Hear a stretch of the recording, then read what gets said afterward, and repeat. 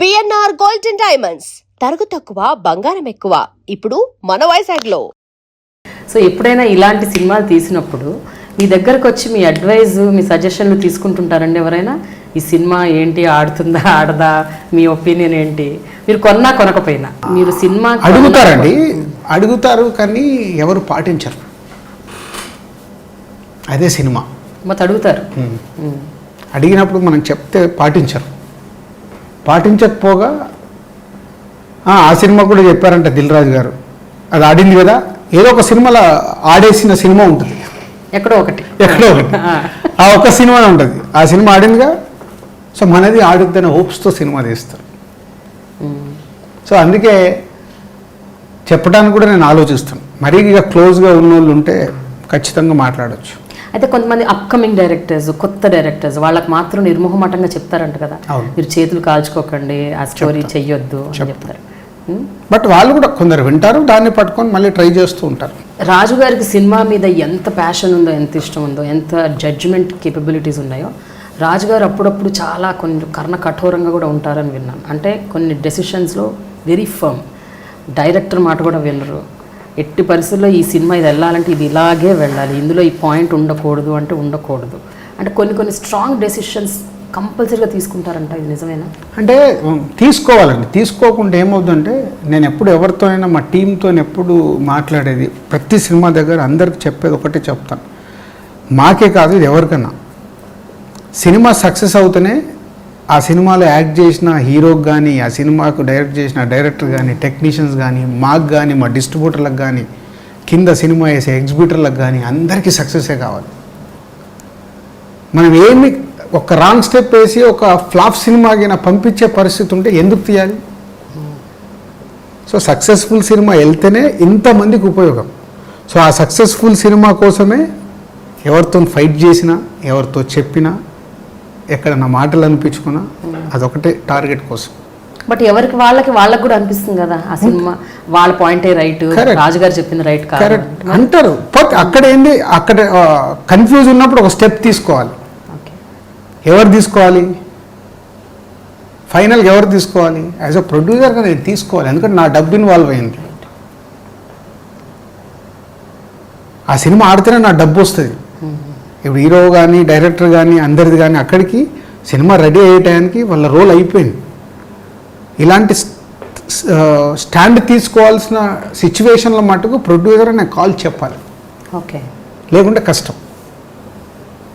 ఇలాంటి సందర్భాలు ఎప్పుడన్నా కాన్ఫ్లిక్ట్ వచ్చి సినిమా డ్రాప్ చేసిన సందర్భాలు ఉన్నాయండి? ఏదన్నా సినిమా జగడం. ఓకే. సుక్కుకు నాకు ఎంత క్లోజ్ రిలేషన్ అంటే అంత క్లోజ్, అంటే ఆల్మోస్ట్ దిల్, ఆర్య ఒక 4-5 years స్ట్రాంగ్ బాండ్ అయ్యాం. ఆర్య తర్వాత మా కాంబినేషన్ బన్నీ, నేను, సుక్కు చేయాల్సింది అది. తను చాలా కష్టపడ్డాడు, స్క్రిప్ట్ రెడీ చేశాడు. స్క్రిప్ట్ వినగానే భయం వేసింది, ఏదో తప్పుగా వెళ్తుంది. అయితే నేను ఇమీడియట్ డెసిషన్ చెప్పకుండా బన్నీ విన్నాడు, బన్నీ కూడా సేమ్ ఫీల్ అయ్యాడు. సో మేమిద్దరం సుక్కుకు చెప్పాలి, ఎందుకంటే మా ముగ్గురు మధ్యలో ఒక బాండేజ్ ఉంది. అని సుక్కు గురించి మాకు తెలుసు, ఏదైనా ఫిక్స్ అయితే తను బయటికి తీసుకురావడం కష్టం. అంటే ఈజ్ ఎక్స్ట్రాడినరీ రైటర్, తను కొత్తగా చెయ్యాలి, అందుకే ఆర్య వచ్చింది. ఆర్య వచ్చిందంటే తను అంత కొత్తగా ఆలోచించాడు కాబట్టి ఆ రోజు ఆర్య వచ్చింది. దీని విషయంలో మేము చెప్తున్నా కానీ తను ఎక్కడో ఫిక్స్ అయ్యాడు. ఒక స్టేజ్లో ఇక నాకు సుక్కుకి ఏంటంటే చిన్న ఫైట్ మూడ్ వచ్చేసింది. మీరు చేస్తారా, మీరు చేయకుండా ఇంకో ప్రొడ్యూసర్ ఉన్నాడు అని అంత కాన్వర్సేషన్కి వెళ్ళిపోయాం. అదిగా సుక్కు అని అంటే, సో రాత్రికి రాత్రి తను షిఫ్ట్ అయ్యి ఆ సినిమా ఫైనల్ చేశాడు. మళ్ళీ మా రిలేషన్స్ పాడవద్దని ఆ ఓపెనింగ్కు బన్నీ నేనే వెళ్ళాం. జగడం ఓపెనింగ్కి. ఆ సినిమా మీరు అన్నట్టే పోయింది. సో మీ డెసిషన్, మీ జడ్జ్మెంట్ అంటే మళ్ళీ వాళ్ళకి సెన్సార్ ప్రాబ్లం వస్తే కూడా నేనే వెళ్ళి నేను మాట్లాడి సో సుక్కుని కన్విన్స్ చేసి, ప్రొడ్యూసర్కి ఆయనకు కూడా ఏదో గ్యాప్ వస్తే, అంటే నేను అదే చెప్పేది, ప్రొఫెషనల్ డిసిషన్స్ ఇస్ డిఫరెంట్, వ్యక్తిగతమైన రిలేషన్ ఇస్ డిఫరెంట్. నేను సాధ్యమంత మటుకు ఆ రిలేషన్లు పాడు కాకుండా ట్రావెల్ కావాలని ట్రై చేస్తాను. బట్ అది 100% మన సైడ్ నుంచి ఉంటేనే కాదు కదా, వాళ్ళకు కూడా ఎక్కడో ఉంటేనే జరుగుద్ది. ఒక 3-4 ఏళ్ల క్రితం బాగా వినిపించేది ఆ నలుగురు అని పేరు. ఈ 3-4 ఏళ్ల నుంచి వినిపించలేదు. ఏం చేశారు మ్యాజిక్ మీరు? అంటే అదేనండి, ఇప్పుడు సినిమా అనేది సిస్టమ్ మారుతున్నప్పుడు అది అర్థం చేసుకోలేకుండా జరిగేది. సిస్టమ్ మారిపోబోతుంది, ప్రపంచవ్యాప్తంగా మార్పది, ఓన్లీ ఇక్కడే కాదు. మల్టీప్లెక్స్లు వస్తున్నాయి, ట్రెండ్ మారుతుంది, మంచి థియేటర్లు రావాలి, ఇన్వెస్టర్స్ వస్తున్నారు బయట నుంచి, సో ఎన్నో మార్పులు వస్తున్నాయి. సో అప్పట్లో అర్థం చేసుకోలేదని అనుకుంటారు. అది అంతే, ఎంతసేపు అక్కడ ఇప్పుడు ఒక చేంజ్ వస్తున్నప్పుడు, ఇప్పుడు మోడీ గారు మన ఒక నిర్ణయం తీసుకున్నారు, అందరం బెంబేలు ఎత్తిపోయాంగా. ఏమైంది? మెల్లిగా ఒక 6 monthsలో వాళ్ళ సిస్టమ్ వస్తుంది. ఇప్పుడు జిఎస్టీ అని కొత్తది తెస్తున్నారు, మళ్ళీ మాకు కూడా అర్థం కావట్లేదు ఎలా జరగబోతుంది అనేది సినిమా మన వ్యాపారంలో, మన ఫీల్డ్లో. బట్ ఏదైనా ఒక 3 months దాన్ని అర్థం చేసుకొని వెళ్ళటానికి టైం పడుతుంది, అది అంతే. సో ఇలాంటివి జరుగుతున్నప్పుడు అండి మీకు ఆబ్వియస్గా అది ఒక పెద్ద డిస్టర్బెన్స్ మీ లైఫ్లో.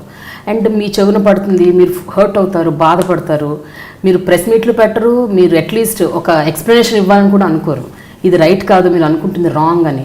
ఎందుకు అట్లా అంటే at least why don't you tell this is not right? అంటే ఇప్పుడు అదేనండి, మళ్ళీ ఇక్కడ నేను చాలా విషయాల్లో నాకు అప్పుడు అంటే తెలిసేది కాదు.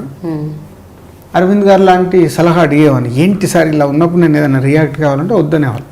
ఓకే. ఎందుకు అని అంటే, నువ్వు ఇస్తావు, నువ్వేగానే ఏమవుద్ది, మళ్ళీ కౌంటర్ వస్తుంది, మళ్ళీ నువ్వు ఇస్తావు, మళ్ళీ కౌంటర్ వస్తుంది. ఇఫ్ యు ఆర్ రైట్, నువ్వు ఇవ్వాల్సిన అవసరం లేదు. అంటే తర్వాత దాన్ని ఓహో ఇది కరెక్టే కదా, ఆ ఒక్క రోజు గురించి నేను షేక్ అయిపోతుంటే అది 1 week ఎపిసోడ్ అవుతుంది. సో దానికోసం సరే ఏదైనా టైమే డిసైడ్ చేసి, ఇప్పుడు మీరే అన్నారు కదా 4 ఏళ్ల తర్వాత వినిపించట్లేదు, ఏమీ చేయలే, సిస్టమ్ అలవాటు అవుతుంది, సిస్టమ్ అర్థమవుతుంది. అయితే ఈ మధ్య వినిపిస్తున్న వర్డ్ అబ్రివేషన్ ఎల్ఎల్పి. ఎల్ఎల్పి అంటే ఏంటండి? ఇది రెగ్యులర్ రన్నింగ్లో ఉన్న ప్రొడ్యూసర్స్ అందరు కలిసి పబ్లిసిటీ ఎలా చేసుకుందాం, మన మనీని ఎలా సేవ్ చేద్దాం, లేకుంటే హ్యూజ్గా అన్లిమిట్ ఎవరో వస్తున్నారు టపటపట, ఎక్కడ చూస్తే ఒకటే సినిమా ఓడింగ్స్ కనిపిస్తాయి. ఆ ఓడింగ్స్ ఉండడం వల్ల సినిమా ఆడుద్దా? టీవీలు పెడతాం, అదే సినిమా కనిపిస్తుంటుంది, అది ఉండడం వల్ల సినిమాలు ఆడతాయి.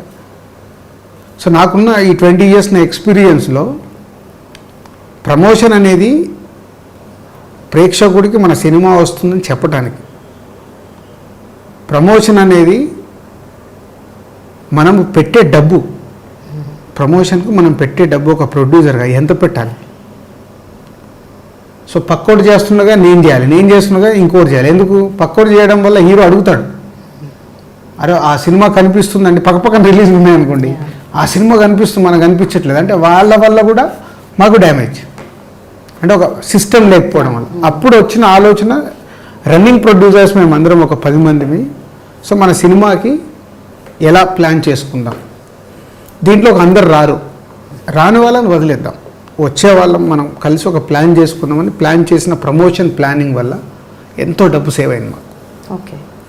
దాంట్లో సో ప్రయారిటీ ప్రకారం మేము అన్ని ఛానల్స్కి వెళ్తే మళ్ళీ మాకు ఎకానమిక్స్ పెరుగుతాయని, మాకు కంఫర్ట్గా ప్రైజెస్ ఇచ్చే ఛానల్స్ దాన్ని ఎలా చేసుకుందామని చిన్న హోంవర్క్ చేసి దాదాపు ఒక 2-3 months 10 మంది ప్రొడ్యూసర్స్ ఉన్నాం దాంట్లో స్టార్ట్ చేస్తే ఇప్పుడు దాన్ని ఆల్మోస్ట్ సినిమా తీస్తున్న ప్రతి ప్రొడ్యూసర్ వాడుకుంటున్నాడు.